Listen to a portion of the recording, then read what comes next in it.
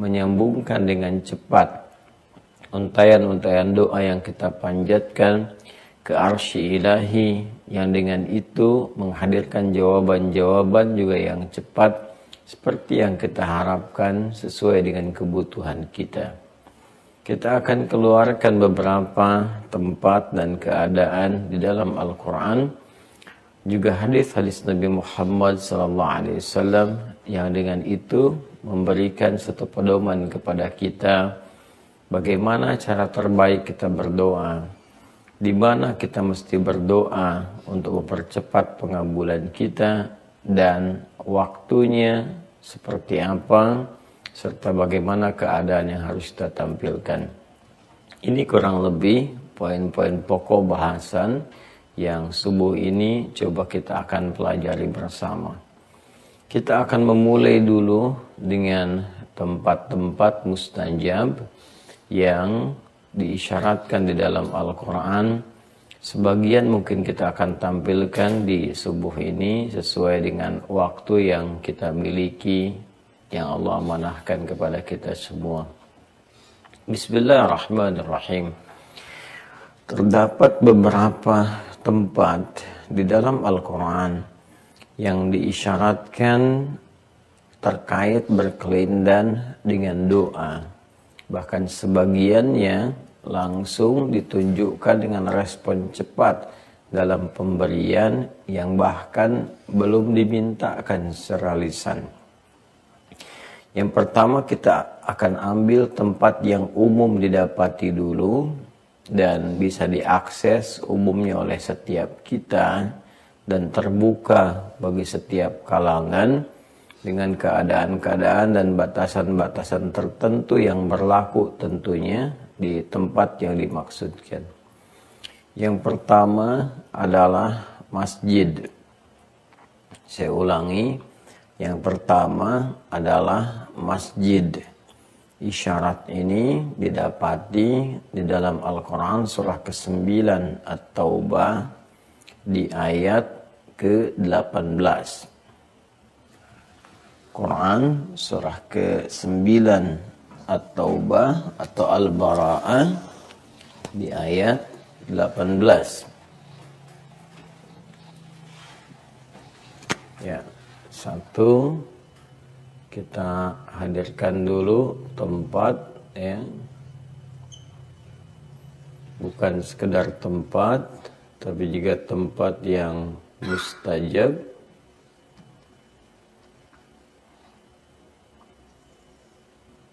Mustajab ini terkait dengan doa, ya, istilahnya terkait dengan doa. Istajaba yastajibu, ya, yang cepat dijawab. Wa qala rabbukum ud'uni astajib lakum, kan? Allah berfirman, dan berdoalah kepada Rabbmu, gitu kan? Mintalah kepada Allah Subhanahu wa taala, maka kata Allah, aku akan jawab. Keadaan untuk dijawab itu yang terjawab disebut dengan mustajab. Ya. Yang pertama, terdapat isyarat, ya, isyarat di Quran surah ke-9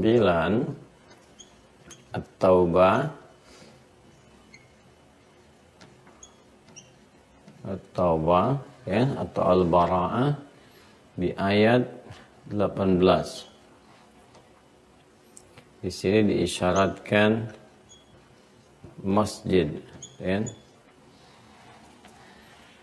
Allah berfirman, innama ya'muru masajidallahi man amana billahi wal yaumil akhir wa aqamas shalah. Ini highlight, ya. Wa aqamas shalah wa ataz zakah walam yakhsha illallah fa'asa ulaika ayyakunu minal muhtadin. Oke, ini jaminannya di akhir, isyaratnya di awal.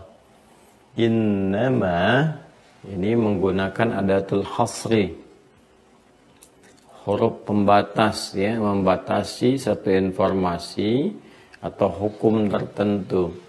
Jadi kalau ada satu ayat menyampaikan satu informasi, baik perintah, larangan, ataupun berita kepada kita semua, diawali dengan kata innama, maka informasi yang akan disampaikan terbatas ya hukumnya pada berita yang diterangkan di ayat itu saja, diikat hukumnya di situ.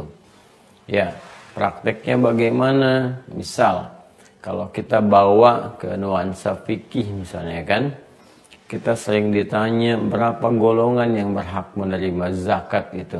Ya, mustahik zakat. Kita katakan 8. Ya. Kemudian 8 itu di mana saja? Ada di Quran surah ke-9 At-Taubah ayat ke-60.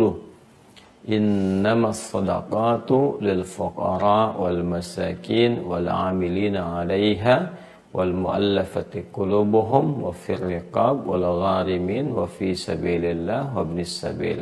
8 jumlahnya. Boleh enggak saya berikan itu di luar aspek yang 8 ini? Yatim kan enggak disebutkan di sini. Boleh enggak saya berikan? Nah, maka kita jawab kalau yatimnya kualifikasinya sesuai dengan yang 8 ini.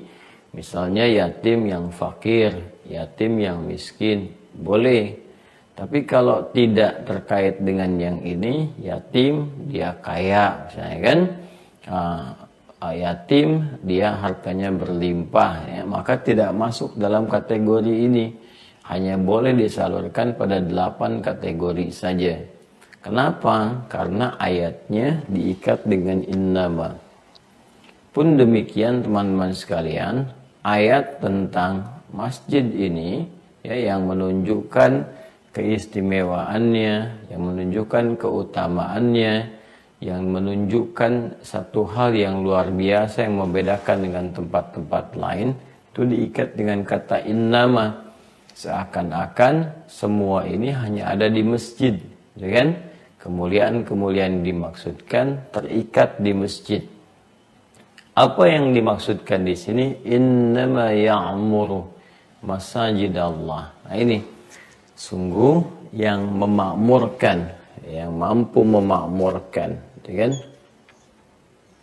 Masjid-masjid Allah itu, rumah-rumah Allah itu terbatas. Nah, jadi kemakmuran masjid itu diikat, hanya tertentu saja. Ini yang mampu memakmurkan masjid, ya.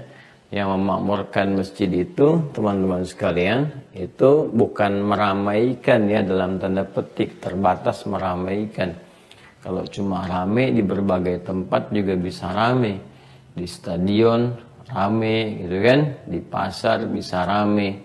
Ya, ya'muru itu juga akarnya dari kata amara, ya, sesuatu yang melahirkan manfaat, ya. Ya. Menghidupkan dengan manfaat, ya, di antara maknanya sesuatu yang melahirkan manfaat. Jadi usia kita juga cara mengisinya disebut dengan umur, kaitan dengan ini juga untuk memberikan kesan manfaat. Jadi kalau ditanya Anda umurnya berapa, Anda jawab misalnya 30 tahun, 40 tahun. Nah, ini memberi kesan juga selama 30-40 tahun itu manfaat apa yang telah kita bisa hasilkan dalam berkehidupan. Ya, karena itu diminta semua bagian tubuh kita itu berperilaku yang bermanfaat. Lisan bicara yang bermanfaat. Kalau nggak bermanfaat, nggak usah dikatakan. Karena itu muncul larangan-larangan untuk membatasi lisan berbicara pada hal-hal yang tidak bermanfaat.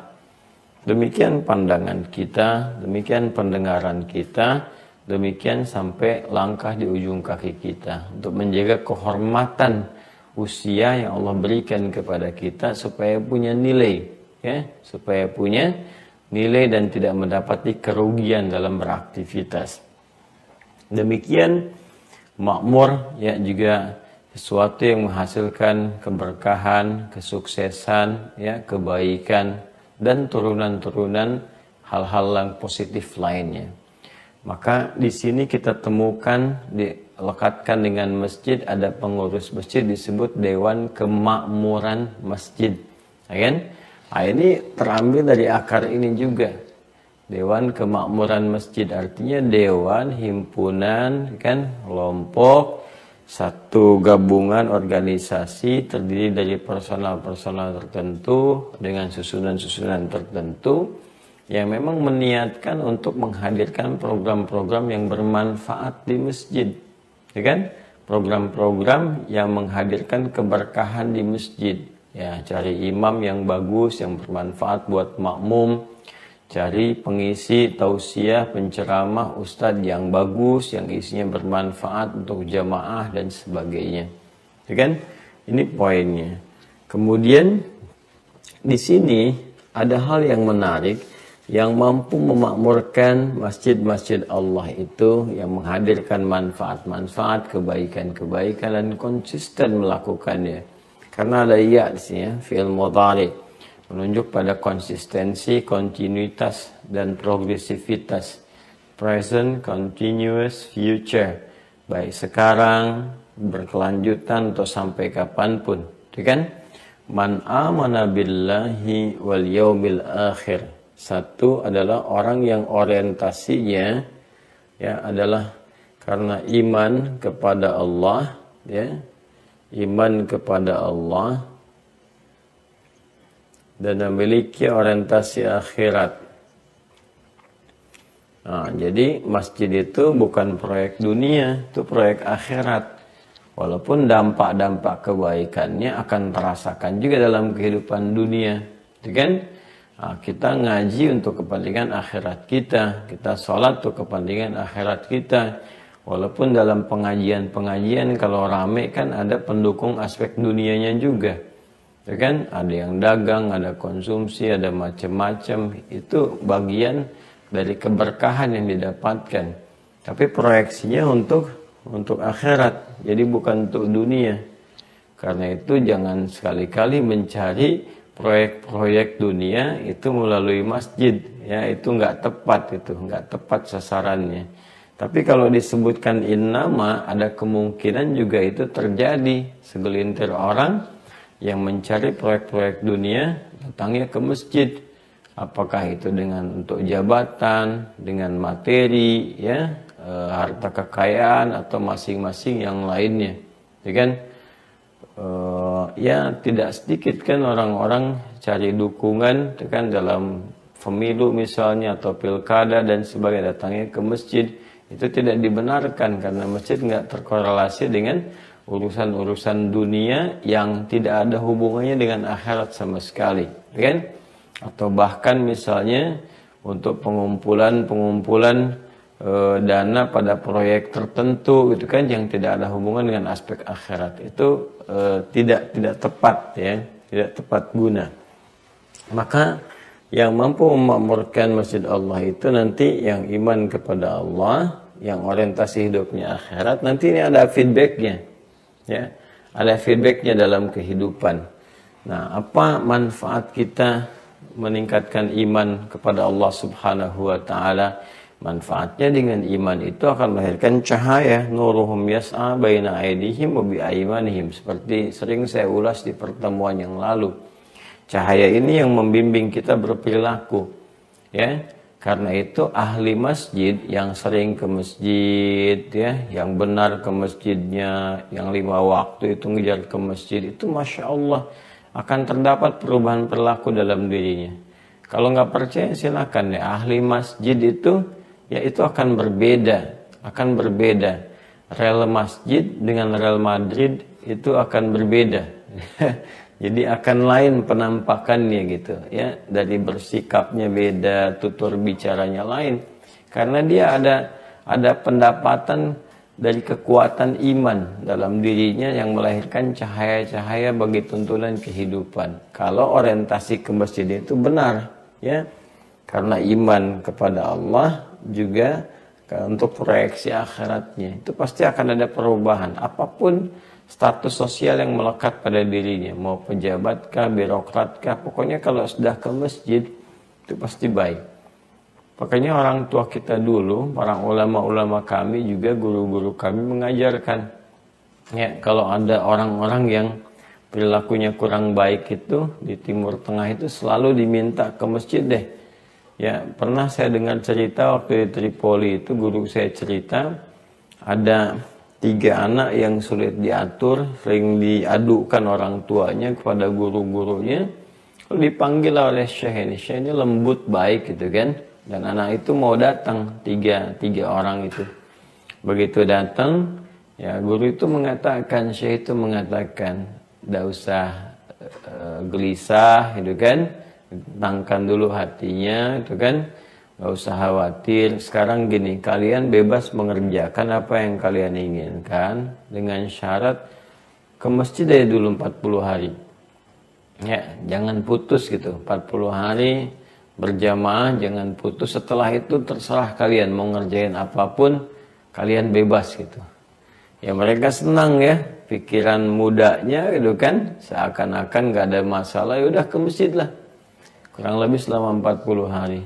Apa yang terjadi? Yang 2 itu ada perubahan.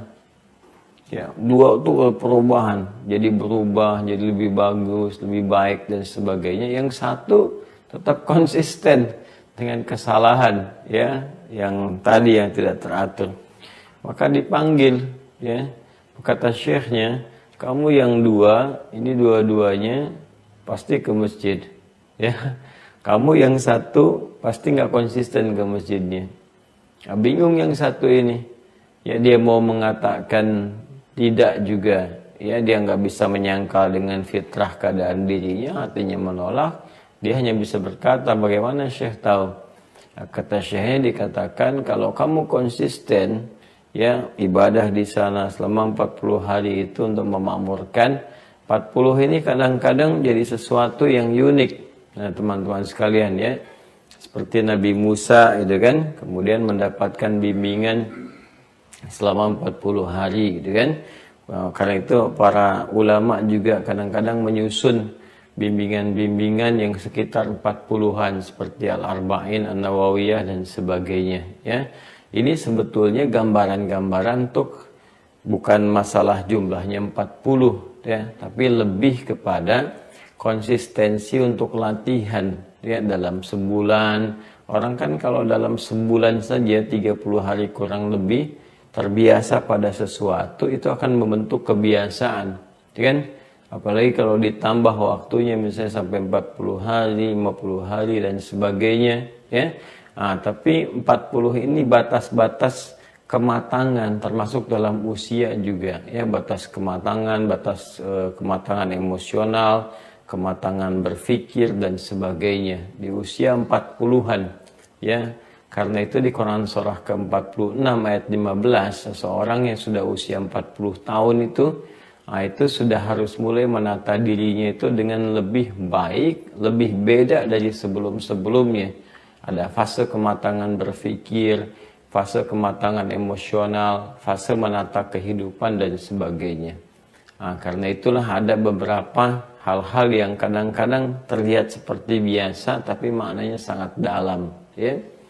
Nah, maka anak itu mulai berubah, ya kan? Mulai mengerti dan dia mulai konsisten untuk bisa berada istiqomah ke masjid. Setelah itu jadi orang baik tiga-tiganya. Itu cerita yang kami dapatkan dulu saat di Tripoli, ya. Jadi ini ada feedback gitu. Kemudian yang kedua, wa aqamas shalah. Nah ini dia, wa aqamas shalah. Ya. Dan juga yang konsisten menunaikan sholat. Nah, apa kaitan dengan doa? Sholat ini adalah akumulasi dari doa. Karena itu dalam fikih, sholat disebut dengan doa. As-sholatu hiya doa. Jadi as-sholatu lughatan ad-doa. Kan? Hal yang menyambungkan kita secara langsung dengan Allah Subhanahu wa ta'ala.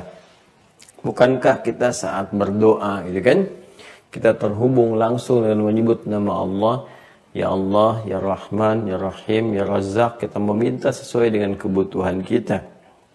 Salat juga demikian.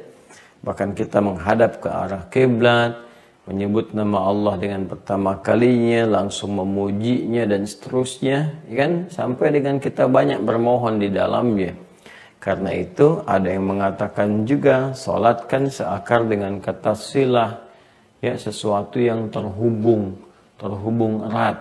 Ibadah ini disebut dengan salat karena langsung mengonlinekan kita, menghubungkan kita dengan erat kepada Allah Subhanahu wa ta'ala.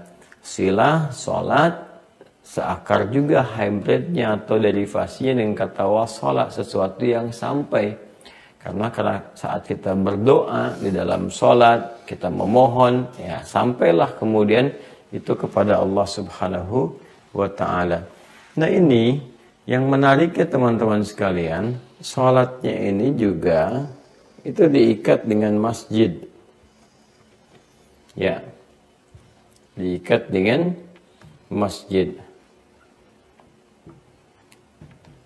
Jadi, kan dalam kondisi-kondisi tertentu, sholat itu kan ditunaikan ya di tempat-tempat yang bersih, yang suci, gitu kan. Bisa di kamar, bisa di tempat kerja, di kantor dan sebagainya. Tapi ketika ini ditunaikan di masjid, ada keutamaan-keutamaan tertentu. Ada kelebihan-kelebihan tertentu, ya kan? Apa diantaranya? Nah, ini Allah sampaikan. Ini orang-orang yang menunaikan sholat, berdoanya di masjid, dimohonkan langsung pada Allah Subhanahu wa ta'ala dalam kondisi demikian itu pertama disebut pemakmur. Ya, disebut pemakmur. Selain nanti feedbacknya kepada perilaku akan melahirkan perilaku yang baik, perilaku yang bermanfaat, ada juga hal-hal yang terkait korelasi langsung dengan kebutuhan hidupnya.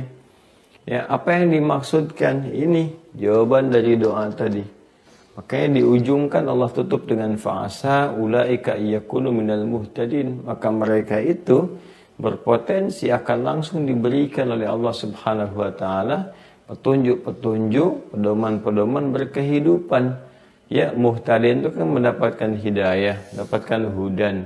Di antara makna hudan itu apa? Ya, jawaban-jawaban dari doa. Ya, hudan itu diantaranya maknanya banyak sekali. Pedoman hidup, sesuatu yang memudahkan, sesuatu yang membuat nyaman, sesuatu yang mendapatkan perlindungan, itu kan jawaban dari doa semua. Ya, makanya ketika Allah menyampaikan dzalikal kitabul la raiba fi hudan lil muttaqin, di ujungnya kan ayat kelima ditutup dengan kalimat ulaika ala hudam mir rabbihim. Kalau sudah mendapatkan hudan apa? Wa ulaika humul muflihun. Mereka itulah orang yang berbahagia. Mereka itulah orang yang sukses. Jadi dapat hudan itu cenderung bahagia, cenderung sukses, cenderung nyaman. Muflih itu orang yang meraih falah. Sedangkan panggilan sholat menggunakan kata falah sandingannya. Hayya 'alas shalah, hayya 'alal falah. Kalau diraih kata sholah ini mendapatkan falah, maka falah berubah jadi aflah. Karena itu muncul qad aflahal mu'minun. Sungguh orang-orang beriman itu sejatinya akan menggenggam kebahagiaan, kesuksesan. Siapa mereka? Alladzina hum fi shalatim khashi'un. Yang mereka itu salatnya khusyuk. Jadi salat khusyuk itu bisa berhasil menjadikan kita sukses mendapatkan sesuatu, meraih kebahagiaan tertentu, ya kan? Nah, orang yang mendapatkan aflah itu namanya muflih. Muflih kaitannya dengan huda. Ulaika ala hudam mir rabbihim wa ulaika humul muflihun. Dan itu bisa diraih lewat sholat. Dan yang paling pokok tempatnya didapatkan di masjid. Ya? Dan dalam sholat itulah kemudian muncul doa. Makanya orang-orang yang berdoa dalam sholat itu cepat sekali dikabulkan kalau sholatnya benar.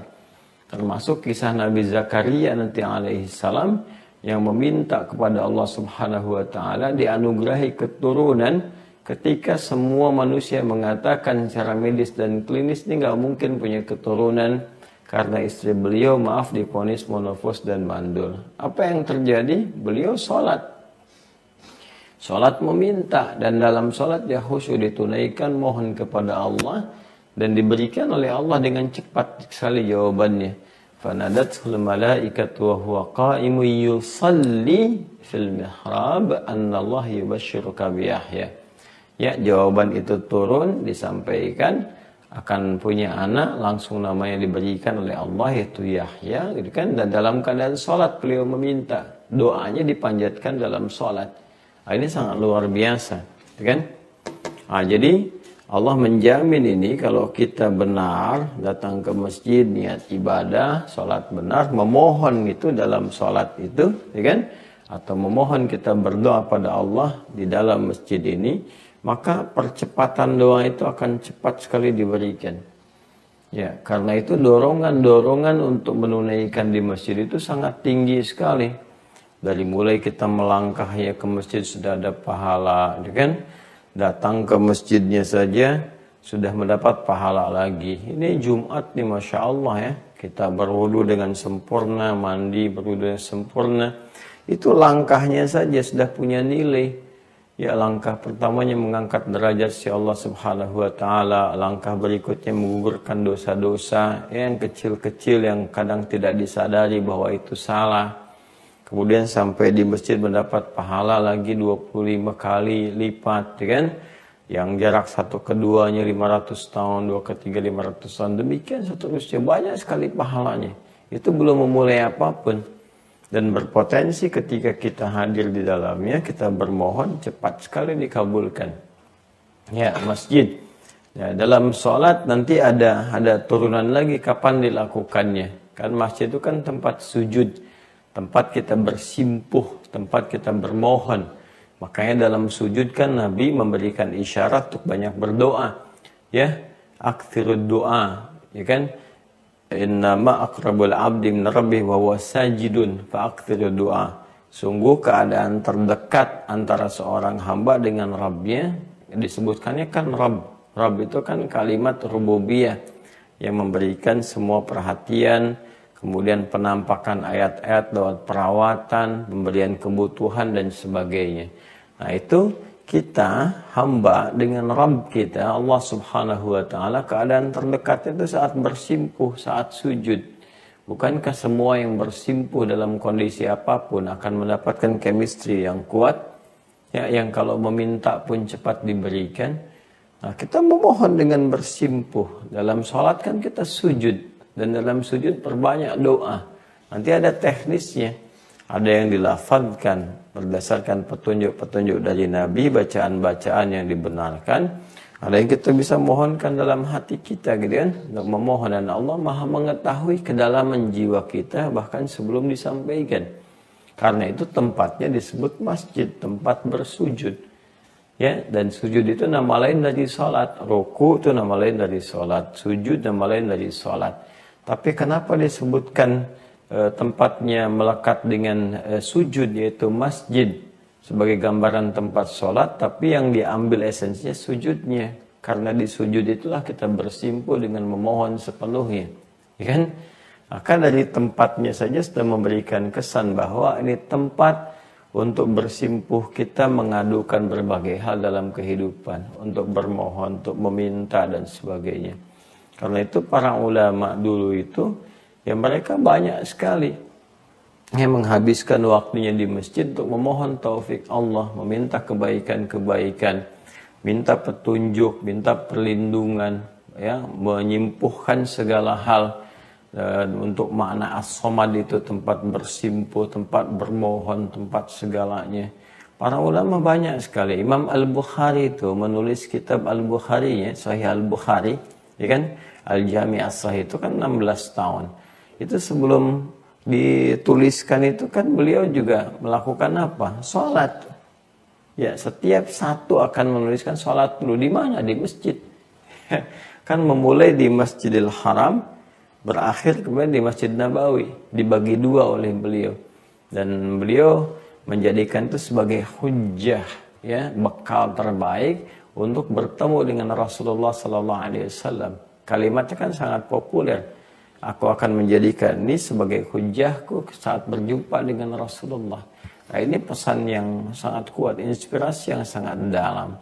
Bekal apa yang kita siapkan untuk menghadap Allah? Ya, dan Masya Allah kita berharap juga dengan bekal itu bisa berjumpa dengan Rasulullah. Bekalnya apa? Yang jadi kebanggaan kita di hadapan Allah dan Rasulnya. Saat dihisab kita katakan, ya Allah aku telah menyiapkan ini untuk perjumpaan denganmu. Ketika berjumpa dengan Rasulullah, ya Allah Rasulullah saya sering mendawamkan ini untuk berjumpa dengan Anda gitu kan dan sebagainya. Masya Allah. Nah, apa yang kita siapkan di sini? Para ulama besar dulu seperti itu. Termasuk juga para begawan-begawan pengetahuan dan sebagainya. Avicenna itu Ibnu Sina dalam sejarahnya. Itu kalau lupa tertentu datangnya ke masjid. Sholat 2 rakaat. Ya, kemudian ingat dan sebagainya. Itu banyak sekali. Jadi manfaat-manfaat ini besar sekali teman-teman sekalian. Ya, banyak orang-orang hebat itu di masa lalu, termasuk pebisnis-pebisnis yang sukses, itu kan yang hartanya melimpah dan sebagainya. Itu sebelum berangkat ke masjid dulu, dari mulai subuh, kemudian bertahan dengan syuruk, rencana-rencananya mereka kemudian serahkan kepada Allah dengan bertawakal, minta petunjuk kepada Allah. Pulang dari pekerjaan, mampir ke masjid dulu, ya sholat 2 rakaat dulu, kemudian di situ ya tahiyatul masjidnya atau sesuai dengan keadaannya, apakah sholat sunnah wudhu, kemudian memasrahkan kepada Allah sehingga pulang ke rumah juga dalam keadaan yang tenang, yang nyaman, yang baik. Itu bisa ditiru. Anda pulang dari kantor nggak langsung ke rumah, saya kan ke masjid dulu ya, berwudu, sholat, tuh kan, pasrahkan kepada Allah, pulang ke rumah. Jadi aura yang dibawa aura masjid. Aura masjid kan aura ketenangan, aura kenyamanan. Anda masuk aja udah beda suasananya, lain. Jadi suasana penat di jalan, kan? Suasana bising, suasana penat di pekerjaan itu bisa netral kembali. Ya, ketika kita hadir di suasana-suasana yang memberikan ketenangan dan kedamaian dalam jiwa kita. Ini tempat yang pertama teman-teman sekalian. Ya. Dan nanti ini pun ada yang spesial lagi. Ya, ada yang spesial lagi. Misal, semakin masjid itu punya kualitas tinggi dengan pahala yang besar, semakin cepat juga terkabul di bagian-bagian dalamnya. Contoh misalnya Masjid Al-Haram. Ya. Yang pertama, Masjid Al-Haram, Masjidil Haram di Mekah, kan? Sholat di dalamnya punya keistimewaan 100.000 nilainya. Kita barusan sholat subuh kan, punya nilai di hadapan Allah. Sekali sholatnya dapat 10 kebaikan. Sholat kan hasanah namanya kan, hasanah. Quran surah 11 Hud ayat 114. Aqimis salata tarafain nahar wa zulafan minal lail innal hasanati yudhibnas sayyi'at. Di dalam ayat ini salat disebut dengan hasanah. Sedangkan hasanah itu setiap satu dikerjakan poinnya 10 kebaikan. Ya, di Quran surah ke-6 Al-An'am ayat 160. Allah Subhanahu wa taala berfirman, "Man jaa'a bil hasanati falahu asyru amsalihha." Siapa yang mengerjakan seperbuatan hasanah kebaikan, dia mendapatkan 10 kali lipat ya dari apa yang dia kerjakan. Ya, 10 poin ini disebut dengan ajrun. Ya, jamaknya ujur, lahum ajrun ghairu mamnun. Ini yang kita bawa pulang menghadap Allah Subhanahu wa taala. Sehingga kita sering berdoa, Rabbana atina fid dunya hasanah fil akhirati hasanah wa qina adzabannar. Ya Allah, jadikan semua perbuatan kami di dunia punya nilai hasanah, di akhirat bisa tampak hasanah. Itu yang bisa menjadi hijab bagi kami dari ancaman neraka. Nah, ini bayangkan kita sholat tadi kan dapat ya insyaallah ya dengan kadar keikhlasan minimalnya 10 kebaikan. Di Masjidil Haram kali 100.000 lagi. Jadi kita sholat sekali di sini di Masjidil Haram sekali subuh itu nilainya sama dengan 100.000 kali sholat. Ada yang dikerjakan tempat biasa. Nah, ini berdampak juga pada percepatan doa. Karena itu doa-doa yang dipanjatkan di area Masjidil Haram itu sangat cepat sekali terkabul. Ya, apalagi area yang inti di Masjidil Haram yaitu area Ka'bah. Makanya di Ka'bahnya sendiri juga ada tempat-tempat mustajab, ya. Di Multazamnya misalnya, Hijr Ismailnya misalnya, kan di area-area itu Rukun Yamani, itu sesuatu yang sangat cepat kalau kita lakukan dengan benar. Maka kalaupun kita nggak dapatkan tempat yang sesuai di situ, saya kan Masjidil Haramnya tarik ke tempat berikutnya. Apa misalnya Masjid Nabawi, gitu kan? Masjidnya Nabi. Masjid Nabawi, Masjidnya Nabi SAW di Al-Madinah Al-Munawwarah. Jadi punya keistimewaan juga, Masya Allah.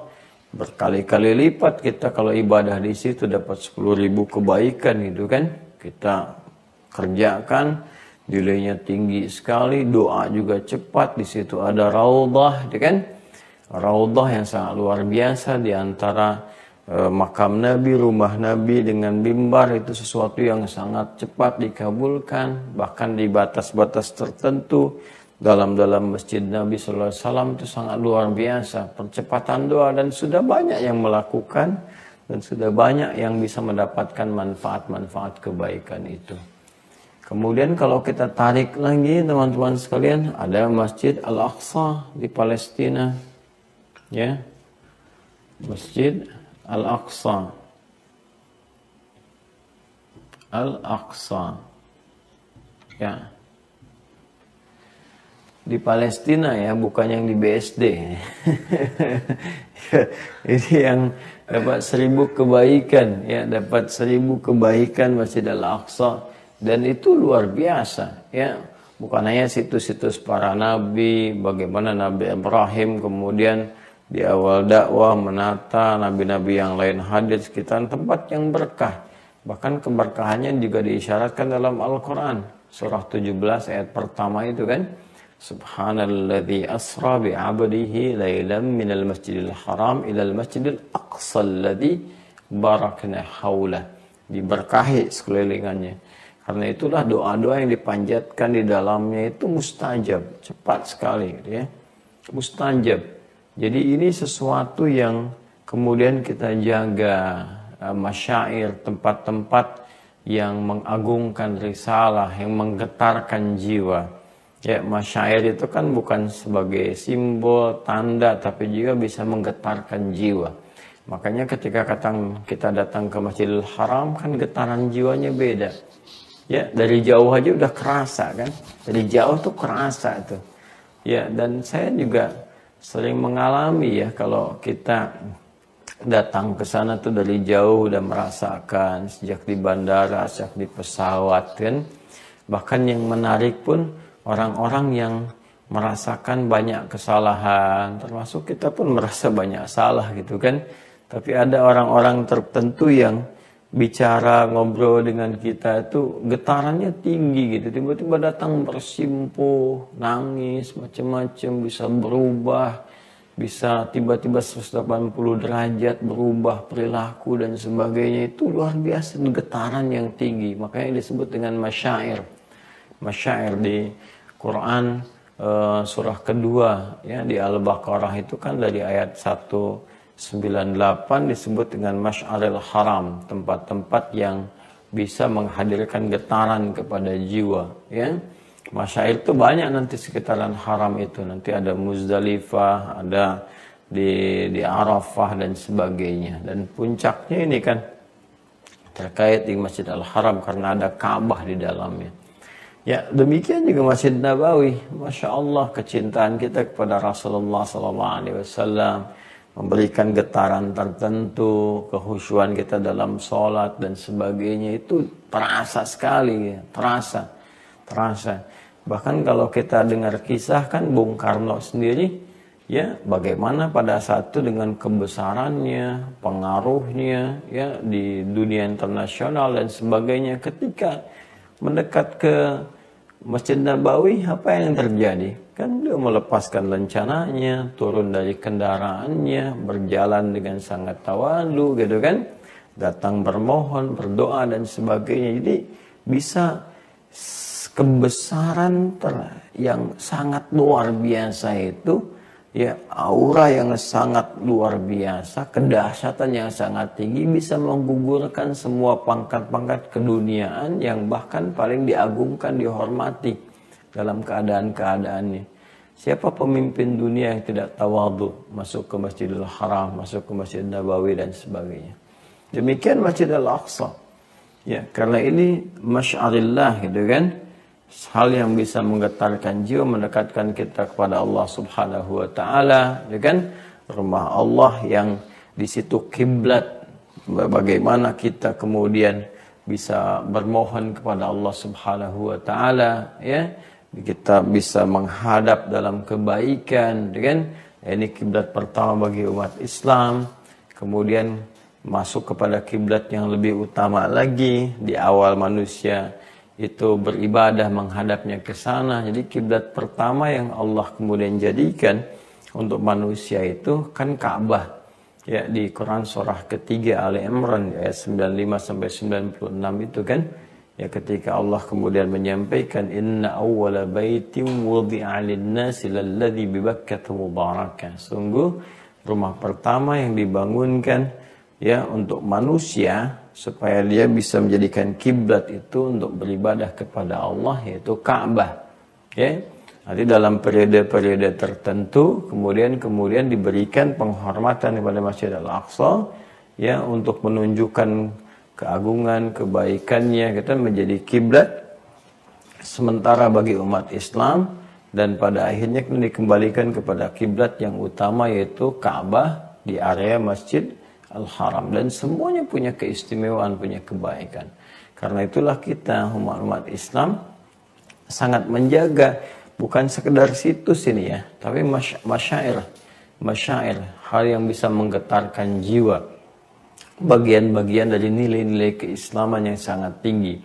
Kita jaga, baik Masjid Al-Haram, Masjid Nabawi, pun demikian Masjid Al-Aqsa. Jadi segala hal-hal yang bisa mengurangi kemuliaannya, ya kan? Yang menghadirkan hal-hal yang buruk gitu kan kepada tempat-tempat mulia ini kita jaga, ya. Nah, jadi teman-teman sekalian, ini diantara hal yang oleh Nabi SAW itu ditekankan, bahkan kalau kita mau rihlah gitu kan, mau kemudian ya taruhlah kita katakan sekedar jalan-jalan pun kan itu rihlah ya. Nabi mengatakan la tasyuddur rihal, jangan kuatkan keinginan untuk jalan-jalan ya, kecuali ke tempat-tempat yang bermanfaat. Jadi jalan-jalan pun Nabi mengisyaratkan cari tempat yang bermanfaat. Manfaatnya apa buat kita? Ada kesan yang bisa digali nggak? Kepengetahuan, terutama untuk meningkatkan iman. Cari tempat-tempat yang bisa meningkatkan iman. Jangan sampai cari tempat yang bisa menggugurkan iman.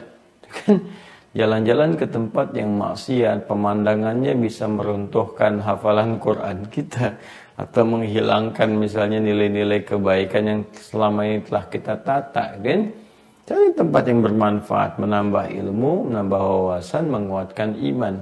Dan kata Nabi, di antara tempat-tempat itu ya ini yang paling utama.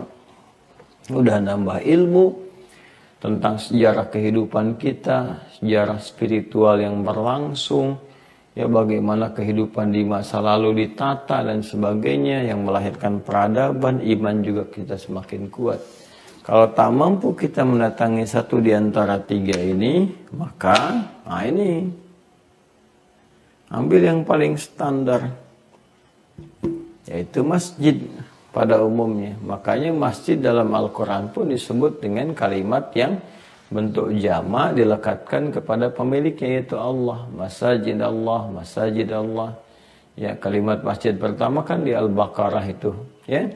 Kita temukan di ayat 114 itu, ya, ketika Allah berfirman, "Wa man azlamu mimman mana'a masajid Allah." Kemudian di At-Taubah ayat 18 kan, "Innama ya'muru masajid Allah." Masjid-masjidnya Allah, masjid-masjidnya Allah. Supaya ada kesan pada jiwa kita, walaupun kita nggak mampu ke Masjidil Haram, Masjid Nabawi atau Masjidil Aqsa, ya semua masjid milik Allah. Minimal kita datangi masjid dekat-dekat kita. Ya, ada Al-Ikhlas, ada Al-Ihsan, ada Al-Hikmah, ya ada adalah dan sebagainya. Semua Masya Allah itu ya. Masjid-masjid itu kata Allah bukan milik orang yang bangunnya, bukan milik orang yang donasinya paling banyak gitu kan. Kalau sudah jadi itu semua adalah masjid-masjidnya Allah, hukum Allah yang berlaku. Makanya masuk dengan keluar caranya beda. Di dalam masjid ada aturannya, kan rezekinya diatur oleh Allah dan sebagainya. Maka kalau kita genggam aturan itu, kita akan mendapatkan perlindungan, naungan kebaikan dari Allah Subhanahu wa taala. Maka di antara fungsinya masjid-masjid ini kalau kita dapati ini bisa berfungsi kaitan erat dengan doa. Ya. Maka manfaatkan kalau sudah ke masjid. Manfaatkan dengan baik. Ini isyarat-isyarat yang sangat tinggi sekali teman-teman sekalian. Ya apalagi kalau ini sudah bergabung dengan waktu-waktu tertentu. Ya waktu-waktu tertentu yang mustajab. Nanti sebelum masuk ke waktunya, saya ingin tegaskan dulu beberapa tempat-tempatnya. Di-clear ya. Yang pertama adalah masjid. Jadi sedapat mungkin kita coba hadirkan motivasi-motivasi yang kuat di dalam Al-Quran dan hadis-hadis Nabi. Kan banyak sekali motivasi yang tinggi sekali. Ya, kalau ke masjid kita mendapatkan ini, gitu kan? Kalau kita diminta kuat untuk berjamaah, gitu kan? Apalagi tetangga masjid. Di antara hikmahnya apa? Balik ke kita lagi. Supaya doa kita cepat terkabul. Ada ketenangan dalam jiwa. Jadi di hukum Islam itu, kalau ada yang sifatnya memaksa, wajib, berarti itu urgent, sangat urgen untuk kita dapatkan. Jadi kan, itu penting bagi kita karena itu dipaksa untuk mendapatinya supaya kita dapat kemuliaan itu. Baliknya ke kita lagi, itu saking sayangnya Allah. Kalau Allah nggak sayang, nggak akan dipaksa. Ya sama kayak orang tua juga kan, kadang memaksa kita untuk mengerjakan sesuatu karena ada manfaat untuk kita. Kalau nggak ada manfaatnya, ngapain orang tua maksa kita? Ya kan? Padahal yang benar kan demikian kan, dan Allah maha benar. Al-haqqu min rabbika fala takunanna minal mumtarin. Kalau dilarang itu untuk menjaga kehormatan kita, makanya hukumnya haram. Haram itu kan seakar dengan kata hormah, diserap ke dalam bahasa Indonesia dihormat. Ya kan? Jadi hukum haram itu untuk menjaga kehormatan kita, bukan untuk menjatuhkan kita. Nah, itu kalau cara berpikir kita benar, paham, kita akan mengerti tentang hikmah kehidupan. Nah, kemudian teman-teman sekalian, ini kita dapatkan masjid. Lalu selanjutnya ada mihrab. Mihrab. Ini mempercepat juga terkabulnya doa. Ya, ini isyaratnya ada di Quran, surah ketiga Ali Imran, ayat 35 sampai 37. Ya, pada kisahnya Sayyidah Maryam alaihissalam, ya, dan pamannya Nabi Zakaria. Dan pamannya Nabi Zakaria.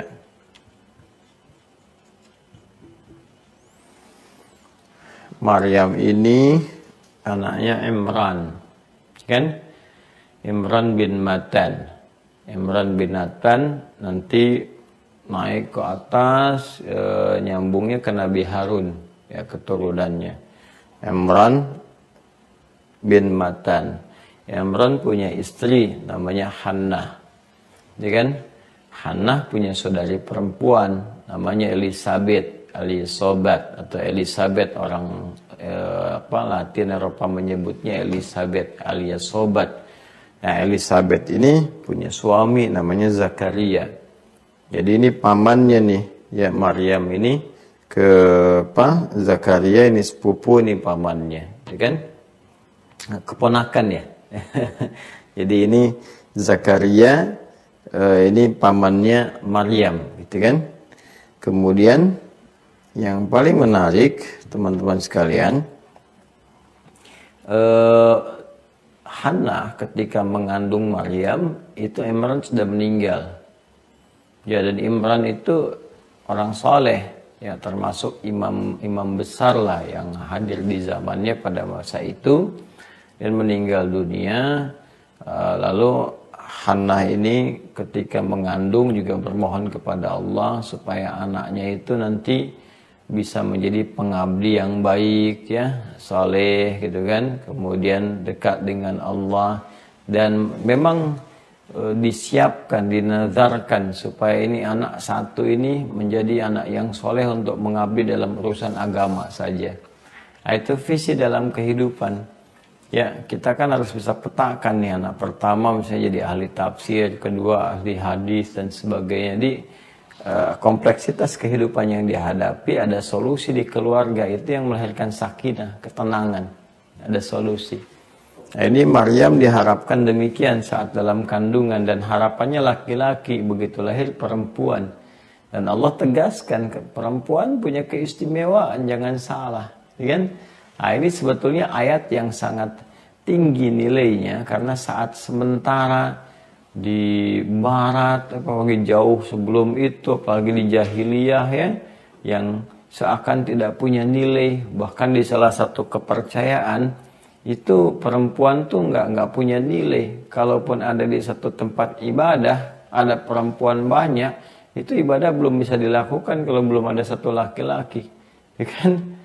Nah, jadi keadilan tentang mengangkat derajat perempuan yang diangkat, ditinggikan dan sebagainya justru datang dengan risalah Islam. Ya, yang dulu perempuan gak dapat warisan, dipandang rendah, datang Islam memberikan nilai warisannya, menjelaskan fungsi hikmahnya.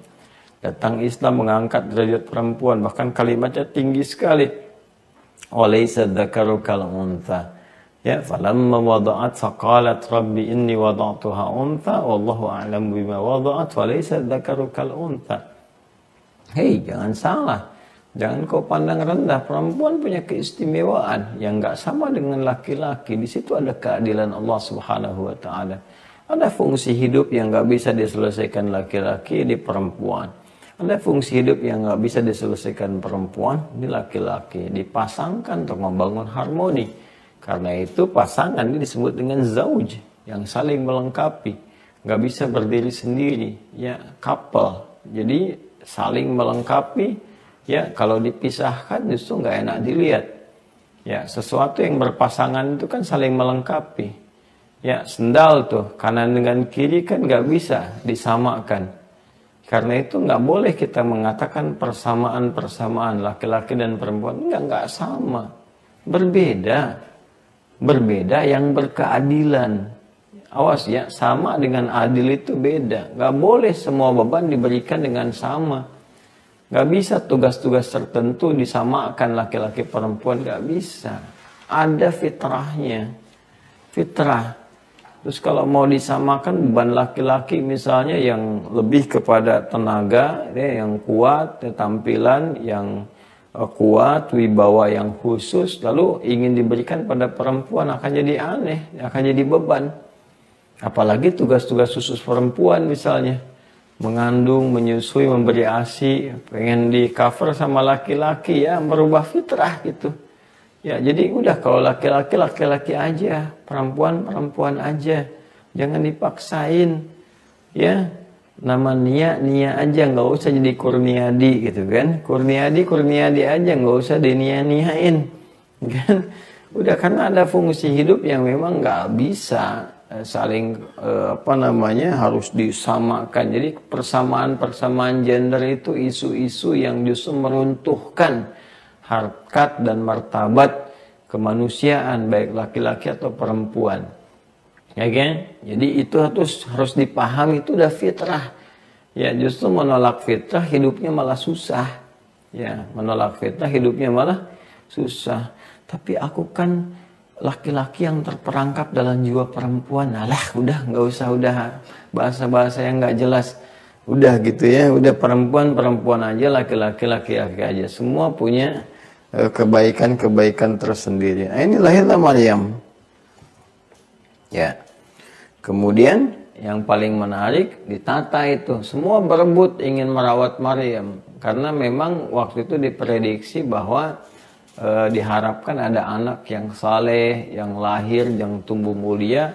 Karena bapaknya imam besar, kan semua pengen banyak merawat. Sekarang aja kalau ada anak-anak kan ayahnya meninggal gitu kan, atau ibunya meninggal dan sebagainya, semua kan pengen gitu kan, karena ada sifat kasih yang dalam di manusia itu ya, kepada bayi-bayi yang masih suci, yang fitrahnya itu kan suci.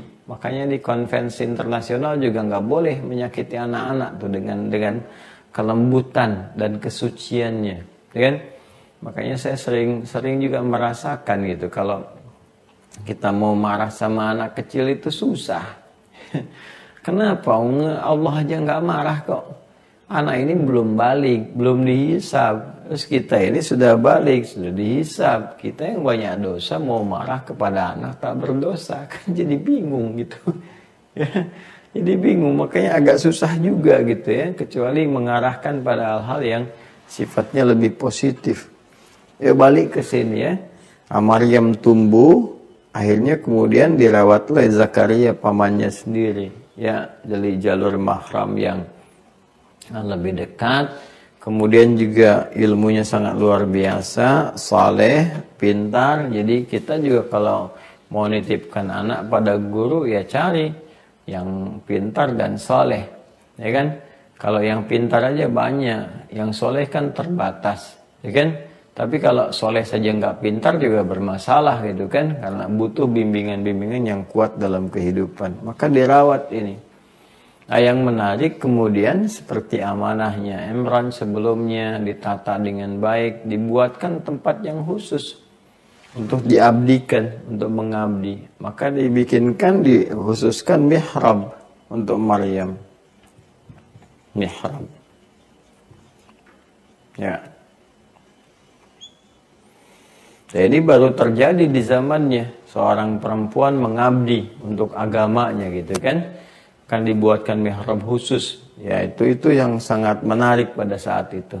Nah, nanti kunci mihrabnya dipegang oleh pamannya ini, Zakaria alaihissalam. Jadi semua kebutuhan diberikan oleh Zakaria. Ditata dari kecil betul, disiapkan. Ya, yang menarik apa? Ketika semua ini disiapkan, diberi nama yang terbaik, Maryam gitu kan, untuk mendekatkan dirinya kepada Allah Subhanahu wa taala. Kemudian diniatkan dengan kuat, dicarikan guru yang bisa mendampingi sekaligus mengajarkan, dibuatkan tempat yang mendekatkan kepada Allah Subhanahu wa taala. Maka apa respon yang terjadi dalam Al-Qur'an? Turun jawaban. Perhatikan jawabannya teman-teman sekalian. Ini saya 35 ini dari mulai ibunya mengandung ya. Idz qalat imra'atu Imran rabbi inni nadartu laka ma fi batni muharrara fataqabbal minni. Saya ceritakan tentang Maryam ya. Kemudian 36-nya itu saat lahir perempuan, 37-nya itu terkait dengan setelah dia punya mihrab. Nah, apa yang terjadi? Diterima oleh Allah Subhanahu wa taala semua ikhtiar orang tua itu. Ikhtiar ibunya, ayah sebelumnya, kemudian juga melibatkan pamannya dan orang sekitarannya. Fataqabbalaha rabbuha. Tuh yang turun sifat rububiyah. Sekali lagi sifat rububiyah menggunakan kalimat Rabb. Perawatan, pemberian kebutuhan, kan perlindungan dan sebagainya. Fataqabbalaha rabbuha biqabulin hasanin wa ambataha nabatan hasana. Fataqabbalaha rabbuha biqabulin hasanin wa ambataha nabatan hasana wa kaffalaha Zakaria. Kullama dakhala 'alaiha Zakaria al-mihrab. Kan? Wajada 'indaha rizqa. Maka semua ikhtiar orang tua ini dan kerabat ini diterima oleh Allah Subhanahu wa taala. Kalau Allah sudah terima, maka Masya Allah, Allah yang akan merawat sepenuhnya, memberikan segala kebutuhan dan sebagainya. Jadi tugas kita ini, para orang tua, itu hanya menghadirkan ikhtiar terbaik, berproses, menyiapkan. Nanti biarkan takdir Allah yang berjalan. Kalau kita ikuti semua pedoman berkehidupan ini, dengan hukum-hukum yang telah Allah tetapkan, pasti Allah menepati janji. Ya, Quran surah ketiga ayat 9, innallaha la yukhliful mi'ad. Allah nggak mungkin mengingkari janji. Pasti diberikan. Maka diterima oleh Allah ikhtiar ini, kan? Kemudian apa yang terjadi? Wa ambatah nabatan hasanah. Dijaga oleh Allah langsung, gitu kan? Perawatan pertumbuhannya. Nah, yang paling menarik adalah kullama dakhala 'alaiha Zakaria al-mihrab. Kullama dakhala 'alaiha Zakaria. Nabi Zakaria yang pegang kuncinya, ya, dititipkan untuk memberikan kebutuhan dan sebagainya. Setiap kali masuk ke mihrabnya Maryam, wajada 'indaha rizqa. Sudah ada semua kebutuhannya. Dan kalimatnya menggunakan rizki, rizqa. Ya, wajada 'indaha rizqa. Jadi semua ada. Bahkan para ulama tafsir pun menginformasikan kepada kita bahwa hal-hal yang nggak didapati di masanya, di musimnya itu ada. Kalau digambarkan misalnya bukan waktunya musim jeruk, ada jeruk. Itu kan hal yang menarik. Kalau musim anggur ada anggur, musim jeruk ada jeruk, itu biasa. Ini musim jeruk, adanya anggur. Jeruk ada, anggur ada, di kompleks semua ya. Ya, terus luar biasa lah gitu ya, lengkap gitu. Nah, apa yang terjadi? Pamannya kan tanya, ya Maryam, anna laki hadza? Maryam, dari mana semua ini? Ya, pamannya tahu kemuliaan Maryam, kedekatannya dengan Allah Subhanahu wa taala yang disiapkan oleh para orang tuanya dan sebagainya, gitu kan? Apa yang terjadi? Anna laki hadza? Dari mana semua ini? Qalat, dia jawab, huwa min indillah. Semua ini rezeki yang dimaksudkan min indillah, dari Allah Subhanahu wa taala. Min indillah. Ya. Innallaha yarzuqu man yasha' bighairi hisab. Allah kalau sudah berkehendak akan memberikan rezeki kepada siapa yang dia kehendaki tanpa batasan. Ya, siapa yang dia kehendaki tanpa batasan. Baik. Ini menarik kan? Nah, perhatikan cara baca Nabi Zakaria yang menjadikan kita terinspirasi dari itu. Jadi kalau ada di Al-Quran atau di hadis-hadis Nabi Muhammad SAW, kalimat-kalimat begini, yang dikehendaki oleh Allah. Siapa yang dikehendaki oleh Allah? Seperti di Al-Bukhari, nomor hadis 71. Ya, di Kitabul Ilmi. Kitabul Ilmi itu berarti posisi yang kedua, topik ketiga. Setelah Kitab Bad'ul Wahyi, Kitabul Iman, Kitabul Ilmi. Kitab yang ketiga, Kitabul Ilmi, kemudian bab yang ke-13 di Kitabul Ilmi. Ya, hadis nomor 71, riwayat Muawiyah radhiyallahu taala anha. Beliau mengatakan, sami'tu Rasulullah sallallahu alaihi wasallam qaal, saya mendengar Rasulullah SAW bersabda, ya may yuridillahu bi khaira yufaqihu fid din. Siapapun yang diinginkan oleh Allah menjadi orang baik. Ya. Nah, siapapun yang diinginkan. Jadi jangan kita menyimpulkan, oh kita nggak diinginkan, tidak. Masuk ke dalam hukumnya, sistemnya. Apa itu? Yufaqihu fiddin. Allah akan bimbing ya untuk paham, cinta tentang urusan-urusan agamanya, memahami urusan agamanya. Jadi kalau dia sholat, dia berusaha untuk memahami, ya kan, bacaan, gerakan dalam sholat sehingga bisa mendukung kekhusyuan dia dalam sholatnya. Demikian amalan yang lainnya. Jangan sampai haji, tawaf, gitu kan, wukuf, gak ngerti yang dilakukan, gak ngerti yang dibaca. Dia berusaha. Nah, itu ketika dia punya hasrat demikian, hasrat mengaji, walaupun jauh, dia online, dia coba gunakan kuota untuk bisa belajar. Orang lain kuota dipakai TikTokan, orang lain kuota dipakai main media sosial dan sebagainya. Dia gunakan untuk ngaji. Itu sesuatu yang bisa mendatangkan cinta Allah. Kan? Nah, ini juga kalimatnya indah nih. Kata Maryam alaihissalam, innallaha yarzuqu man yasha' bighairi hisab. Allah akan memberikan rezeki tanpa batas kepada siapa yang dikehendaki. Kita jangan menyimpulkan cuma Maryam saja, bukan. Kalimat ini justru membawa kesan kepada kita untuk masuk dalam lingkup yang dikehendaki Allah itu. Nah, Nabi Zakaria membaca ini. Karena itu beliau menyimpulkan, wah gitu kan, saya pun harus bisa masuk dalam hal yang dikehendaki itu. Ya, maka apa yang terjadi? Beliau membaca tentang rezeki ini. Rezeki itu kan pemberian yang sifatnya luas, bukan hanya berupa materi saja, tidak. Ya, keturunan itu rezeki, ketenangan itu rezeki. Jangan dibatasi rezeki pada uang, makanan, pakaian, tidak. Ketenangan rezeki, kan, keturunan rezeki. Maka apa yang terjadi? Beliau pun kemudian bermohon di mana? Di mihrabnya Maryam itu. Minta kepada Allah.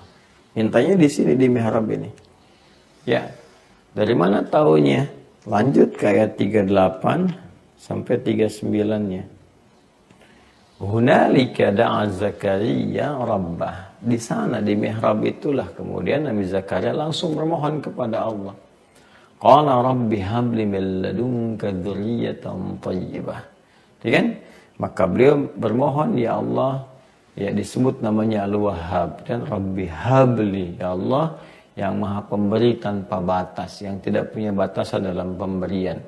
Mereka mengatakan, aku nggak mungkin punya keturunan, aku terbatas, maka aku mohon kepadamu yang tidak punya batas dalam pemberian. Anugerahkan kepadaku keturunan dari sisimu saja, kau pasti mendengar doaku. Ya, kalau yang pada Maha mendengar, pada Maha Pemberi tanpa batas belum terkabul juga, mohon berikan aku jalan, ya Allah. Dengan cara apa lagi aku mesti memohon? Apa yang terjadi? Ketika dimintakan itu teman-teman sekalian, dan itu dimintakannya lewat apa? Lewat sholat nih, kesini lagi. Ya, dan sholat itu kan mengandung makna apa? Doa. Selalu nyambung. Ya, selalu nyambung. Maka apa yang terjadi? Fanadathul malaika, ayat 39-nya. Fanadathul malaikatu wa huwa qa'imu yusalli fil mihrab. Ini. Annallaha yubashshiruka bi Yahya. Ya, maka tiba malaikat menyerukan, menyampaikan, kan, membawa pesan dari Allah secara langsung, disampaikan bahwa Allah mengabulkan doamu, kau akan punya anak, langsung namanya dari Allah Yahya. Ya, yang berkehidupan. Saat orang memvonis istrimu tidak mungkin mengandung, melahirkan bayi yang hidup, kata Allah nggak ada yang mustahil, lahir dan hiduplah, namanya Yahya. Ya, nah ini teman-teman sekalian, di mana? Di mihrab. Nah, karena itulah kemudian tempat imam di masjid itu disebut mihrab, karena diharapkan imam dapat berdoa mewakili makmumnya dan cepat terkabulkan oleh Allah Subhanahu wa taala. Ya, karena itu imam tuh unik, kadang-kadang pengen baca ayat ini di tengah-tengah setelah waladhdallin amin bisa pindah ke bacaan tertentu. Atau yang dibacakan mewakili kebutuhan umat, makmum secara umum. Karena itu pilih imam yang baik. Bukan hanya di rumah tangga, di masjid juga penting gitu kan. Pilih imam yang bukan hanya bagus bacaannya, mengerti fikih sholat. Makanya imam itu ketika akan ngimami kan balik dulu ke belakang, ngamatin dulu. Ya, enggak ujuk-ujuk istau, kalau makmum menjawab sudah tahu gitu kan, tidak. Ya, istau, istaqimu, lihat dulu makmumnya siapa. Mungkin ada anak kecil, orang mampir, orang dewasa, orang baru selesai kerja dan sebagainya. Setelah itu dia petakan, dia baca ayat sesuai dengan kebutuhan makmum. Dari panjang atau pendek kemudian ayatnya sampai makna ayat yang mewakili makmum secara umumnya, itu fikih sholat namanya. Ya, makanya nggak sembarangan pilih imam. Dan imam bukan jabatan dunia. Makanya kan saya bahas dari awal ini akhirat nih. Jangan pejabat dunia pengen jadi pejabat akhirat di masjid, tuh kan? Ya, saya pengen jadi imam. Ini nggak bisa Pak. Kenapa? Saya departemen saya kan direktur. Tidak juga gitu ya. Nah, kalau sudah masuk ke masjid harus tahu. Kalau direktur tahu fikih sholat silahkan, tahu fikih imam silahkan. Ya, jadi sesuai dengan tempat, sesuai dengan makom. Nah ini rahasianya. Nah karena itulah kemudian di rumah juga kita bisa bikin mihrab tempat khusus untuk kepentingan ibadah saja. Jadi nggak boleh bercampur, syaratnya nggak boleh bercampur. Ya, kalau ada ruangan, ya nggak harus besar.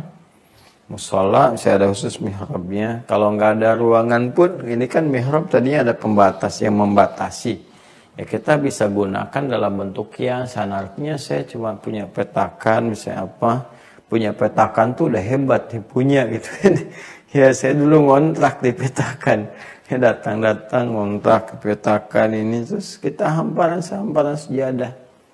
Tapi mihrab kita di situ. Artinya nggak boleh dicampuri yang lain-lain. Ya jangan makan di situ, jangan ngobrol urusan dunia di situ, jangan pasang status di situ, jangan foto ceklik kabarin teman lagi di mihrab, jangan diganggu ya. Tidak juga. Tepikan semuanya, gunakan untuk ibadah saja. Begitu Anda gunakan tempat itu untuk kepentingan ibadah, apa yang terjadi? Doa cepat terkabul. Bahkan ada satu kedahsyatannya, Allah mengabulkan ini sebelum dimintakan. Ya, karena itu jadi kebutuhan. Allah berikan apa yang dibutuhkan, walaupun dia tidak harus menyampaikan apa yang diinginkan. Kan? Ini kebutuhannya diberikan. Inilah mihrab. Ya. Nah, ini dua diantaranya teman-teman sekalian. Ya. Ada tempat-tempat yang sangat baik lah, tempat-tempat yang sangat bagus ya. Jadi masjid sudah kita dapatkan, mihrab juga kita dapatkan, kan nanti ada turunan-turunan ke bawahnya. Ya kalau masjid kan nggak mungkin kita bisa bikin di rumah ya, kecuali musola kalau di rumah turunannya tempat sholat. Ya mihrab bisa kita kelola. Ya, sepanjang kita khususkan tempat untuk beribadah saja, berdoa saja, walaupun sehamparan sejadah. Minta di situ lewat sholat. Nah, nanti kalau kita mau gabungkan, cari waktu-waktu yang mustajab. Waktu-waktunya. Dan kita bisa gunakan ibadah itu baik di mihrab, di rumah, di musalla, ataupun kita ke masjid misalnya kan. Apa yang bisa kita lakukan di rumah? Di antaranya apa? Waktu-waktunya apa? Sholat misalnya, sholat malam, tahajud. Ya kan itu masih bab sholat. Sholat itu kan doa. Ya. Dan di antara sholat yang sangat memberikan satu gambaran kuat dan cepatnya pengabulan doa itu adalah tahajud. Tahajud, apalagi kalau tahajudnya dikombinasikan. Tahajud dikerjakan di mihrab misalnya, malam kita bangun di mihrab kita, di rumah kita sholat, ya kan? Kemudian kita lakukan tahajud. Quran surah ke-17 Al-Isra di ayat 79 ya sampai 81 itu kan cepat sekali. Wa minal laili fatahajjad bi nafilatan laka asa ay yab'atsaka rabbuka maqaman mahmuda. Itu cepat langsung dijawab oleh Allah. Ya, minal laili fatahajjad bi, dari sebagian malam itu engkau bangun, tunaikan tahajud. Jadi kalau tahajud harus istirahat dulu. Ya, tidur dulu, bangun, itu tahajud. Kalau kita nggak tidur dulu, langsung sholat misalnya kan malam jam berapapun, nah itu nama umum yang masuk qiyamul lail. Ya, bangun malam itu umum sekali. Tapi kalau kita tidur dulu, kan, kemudian setelah itu kita bangun, tunaikan sholat, nah itu aktivitas yang dikerjakan dari mulai tidur kemudian bangun tuh hajada namanya. Kalau kita bersungguh-sungguh pakai ta, dan kalau tantangannya tinggi pakai tasdid sebelum huruf akhirnya, maka menjadi tahajjada ya tahajjud, tahajjada ya tahajjada, tahajjada ya tahajjadu, tahajjudan, kan? Tahajjada ya tahajjadu, tahajjudan, fahuwa mutahajjid. Jadi sifatnya disebut dengan sholat tahajud. Nah, karena itu kita istirahat, malamnya bangun, apalagi dikerjakan di mihrab cepat. Bahkan Allah yang perintahkan dalam sholat itu kamu minta. Wa qul, katakan, ya Rabbi adkhilni mudkhala sidqi wa akhrijni mukhraja sidqin. Itu kan, katakan ya Allah, gitu kan, berikan kepada aku bimbingan ya dalam mengerjakan aktivitas ini, kemudian Berikan aku bimbingan ya Allah untuk mencari jalan keluar, solusi dari masalah-masalah ini. Waj'alni min ladunka sultanan nasira. Dan berikan aku pertolongan ya Allah dari sisimu, dari persoalan yang menjeratku, dari orang-orang yang mengancam, orang-orang yang menghendaki aku begini dan begitu. Kita minta. Dan Engkau yang maha kuasa ya Allah, Engkau menggerakkan segala hal. Maka Allah jamin. Fa'asa ayyab'athaka rabbuka maqaman mahmuda. Maka boleh jadi kata Allah, kalau kamu benar sholatnya, kamu benar mohonnya, aku angkat ke tempat yang terbaik. Ya, jadi sepertiga malam itu yang paling bagus dalam suasana tahajud, sholat kan kita minta. Umumnya kan orang kalau sholat pasti minta kan, bukan sekedar formalitas untuk memenuhi unsur kewajiban ibadah. Nah, itu poin. Kemudian kapan lagi waktu yang terbaik waktunya, gitu kan? Menjelang fajar, singkat menjelang fajar. Jadi kalau subuh misalnya sekarang jam 4 lewat 9 lewat 10, Anda setelah selesai tahajud jam 4-nya misalnya kan, di waktu-waktu spesifik tuh berdoa kepada Allah lewat istighfar dulu, istighfar. Itu waktunya namanya waktu sahar. Ya, jamaknya ashar. Waktu ashar ini waktu yang sangat ideal untuk menajamkan istighfar lalu diisi dengan doa. Itu rumusnya ada di Quran surah ke-51 ya, Az-Zariyat ayat 18. Wabil ashari hum yastaghfirun. Dan di waktu-waktu sahar itu mereka banyak beristighfar kepada Allah. Istighfar itu kan membeningkan cawan hati kita sehingga memudahkan kita berdoa. Pasangan istighfar itu kan doa. Makanya di dalam adab berdoa itu dibuka dengan istighfar dulu. Kan kita selesai sholat istighfar kan. Astagfirullah. Allahumma antas salam minka salam tabarakta ya dzal jalali wal ikram, dan turunannya baru berdoa kan. Ya, jadi pembukanya lewat itu dulu, bersih dulu. Ya kalau kita minta kitanya kotor kan susah masuk. Karena ketutup tuh. Ya, mau diberikan kan mental. Saya sering ilustrasikan seperti ada gelas, ya dalamnya ada air tapi kita tutup begini. Nah, sedangkan dosa itu kan penutup, naktah sauda di hadis Muslim. Jadi kalau kita tutup begini terhijab, ya Allah mau kabulkan diberikan tapi mental karena tertutup dengan cawan dosa ini. Harus kita buka dulu. Dibuka dulu, dihabiskan dulu. Nah, membuka itu dengan taubat. Pembuka taubat itu istighfar. Makanya kita beristighfar minta supaya buka dulu ini. Kalau sudah dibuka, hatinya bersih, masuk.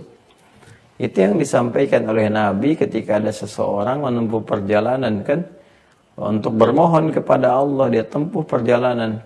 Thumma dzakara rajula ya yutilu safara ash'atha aghbara. Nabi mengisahkan seorang lelaki yang menempuh perjalanan panjang sampai dia kena banyak debu.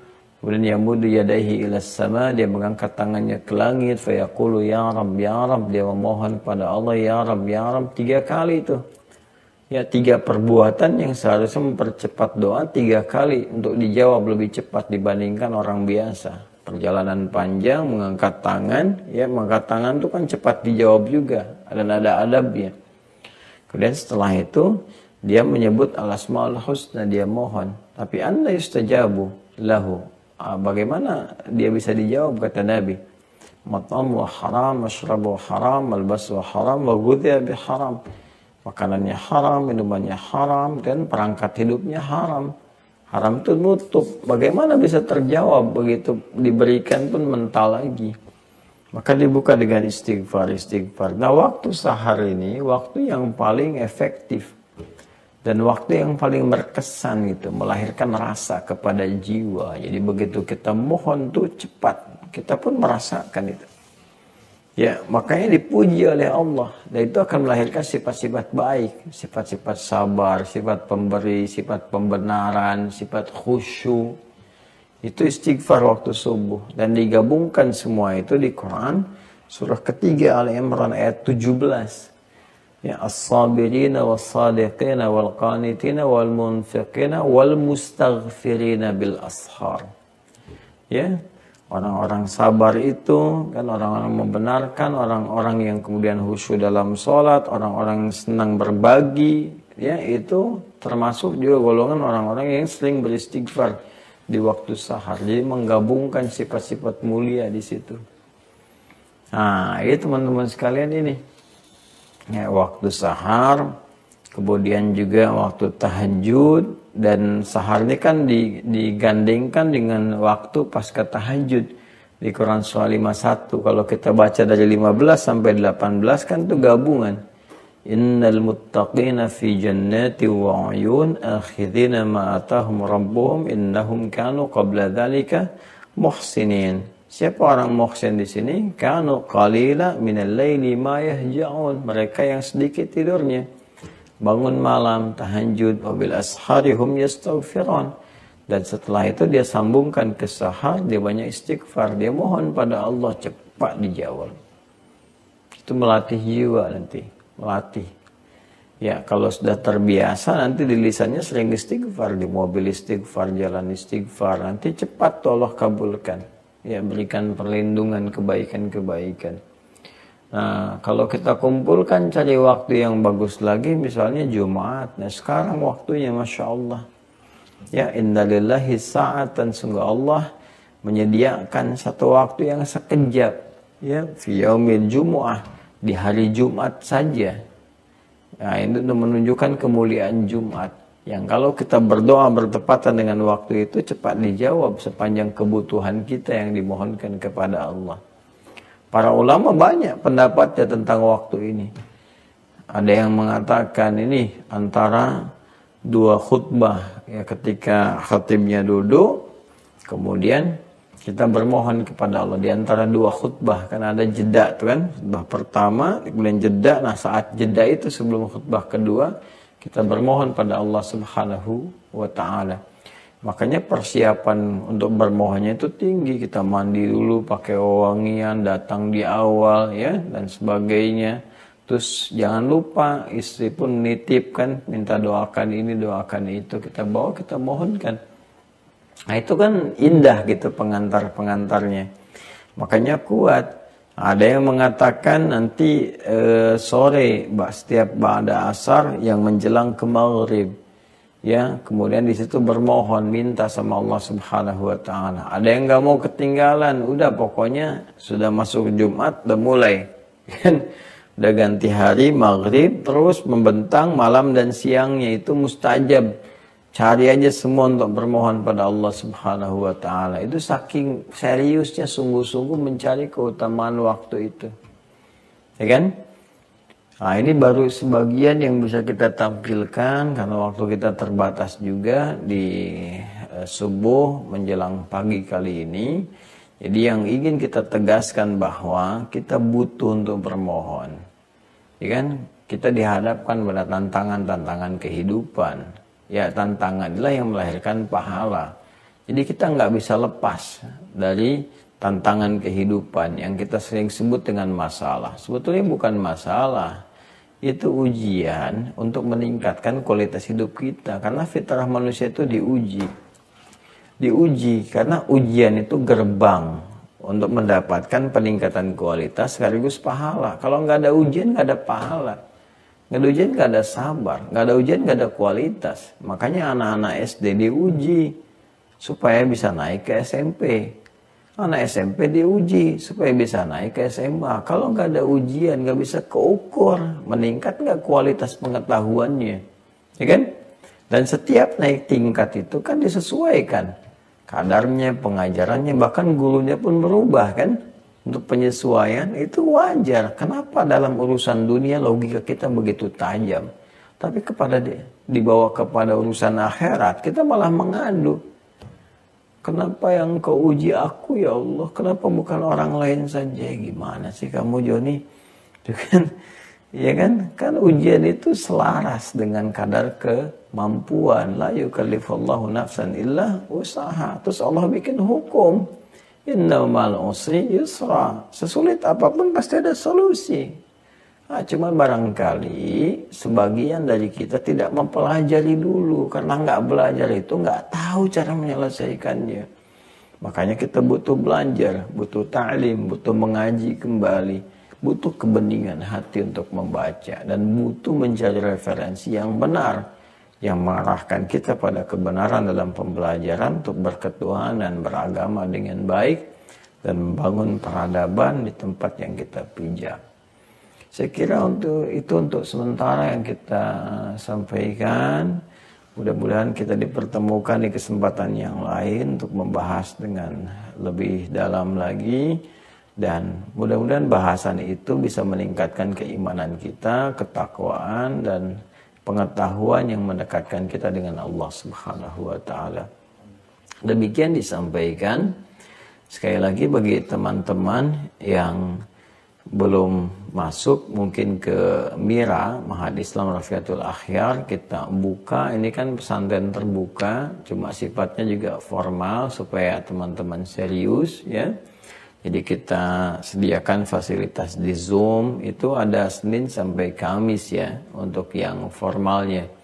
Jadi Senin sampai Rabu itu materi umumnya, Kamis itu ada pengayaan, tanya jawab, kemudian menyelesaikan soal-soal untuk memberikan pemahaman yang kuat. Nanti Jumat dengan sampai Ahad itu umum untuk hikmah atau yang umum-umum pembahasan yang terkait dengan aspek-aspek pembelajaran kita. Bagi teman-teman yang sering bertanya, termasuk dari luar negeri, boleh Anda daftar saja, masuk ke UAH Cornell. Di situ ada paket-paket pembelajaran yang dibutuhkan oleh Anda juga. Silahkan Anda dapati, otomatis Anda dapat password dari situ. Passwordnya Anda aktifkan, akunnya diaktifkan, nanti masuk ke web. Dan Anda dapat pembelajaran gratis. Nggak ada bayar-bayar tertentu untuk belajar, nggak ada. Zoom pun kami fasilitasi, sepanjang masih kami punya kekuatan yang Allah titipkan, kita akan hadirkan untuk saling melengkapi. Saya bukan orang yang orientasi mencari materi, tidak, tapi bagaimana kita bertanggung jawab untuk menyampaikan supaya Allah juga memberikan ridho kepada kita semua ya. Adapun kalau buku Anda berinfak buku itu untuk Anda juga supaya bisa dicetak kembali untuk juga digunakan hal yang bermanfaat gitu kan. Dari situ, dan itu juga nilainya tidak banyak gitu kan ya, hal yang Anda butuhkan. Kalau belajar kita bebaskan, semuanya kita berjalan dan kita berharap Allah memberikan ridha. Kecuali kalau ada proyek-proyek yang bermanfaat, bernilai jariah, saya pun akan sampaikan dan kita bisa sama-sama bersinergi untuk memanfaatkan itu. Nanti kalau pesantren sudah jadi, sekarang baru SD ya, untuk memenuhi yang level SD itu, alhamdulillah sudah sekitar 60-70%, dan kita coba siapkan. Nanti kalau sudah masuk yang itu ke SMP, itu kita lagi siapin, yang tanah sudah ada, sudah kita desain juga di sisi arsitekturnya. Nanti kalau sudah jadi di lahan yang SMP itu, nanti saya juga akan siapkan santri Mira di beberapa waktu bisa belajar di sana, diundang merasakan suasana pesantren gitu kan. Bisa ada pendidikan sebulan saat libur atau summer gitu kan, yang dari luar negeri bisa mampir ke situ. Jadi kurikulum yang kita bahas dalam online bisa diterapkan di offline secara terbatas dengan keadaan yang kita bisa sesuaikan juga. Demikian, terima kasih teman-teman sekalian atas segala perhatian. Saya mohon maaf kalau ada kekurangan atau bahkan kesalahan, itu mutlak dari saya pribadi. Dikoreksi aja ya, kalau ada yang salah penyebutan ayat atau hadis tertentu, koreksi, tinggalkan pendapat saya, ambil yang benarnya, dan jauhi pertentangan, perselisihan, sehingga hanya mengurangi kehormatan kita di hadapan Allah. Kalau ada benar itu dari Allah dan Rasulnya sebagai petunjuk, silahkan diamalkan, dan mudah-mudahan mendapatkan perhatian dan juga kasih sayang dari Allah Subhanahu wa taala, yang menjadi jalan kita juga untuk bertemu dengan Allah dan Rasulnya sallallahu alaihi wasallam. Allahumma taqabbal minna innaka antas samiul alim wa tub alaina innaka antat tawwabur rahim. Nahmaduka ya Rabbi arhamar rahimin kama 'allamtana an nahmalak, wa nashkuruka syukran kama 'allamtana an nashkuruk, antal muqaddim antal muakhir biyadikal khair innaka 'ala kulli syai'in qadir. nusalli wa nusallimu ala habibikal mustafa rasulikal amin sayyidina Muhammadin wa ala alihi wa sahbihi ajma'in. Rabbana barik lana ya Allah fi hadzal yaum wa fi umurina wa fi amrina.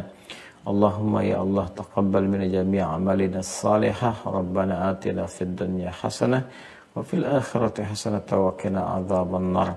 Wa sallallahu ala sayyidina Muhammad wa ala alihi wa sahbihi ajma'in. Wa akhiru da'wana subhanakallahumma wa bihamdika nashhadu an la ilaha illa anta nastaghfiruka wa natubu ilaik. Walhamdulillahi rabbil alamin. Assalamualaikum warahmatullahi wabarakatuh.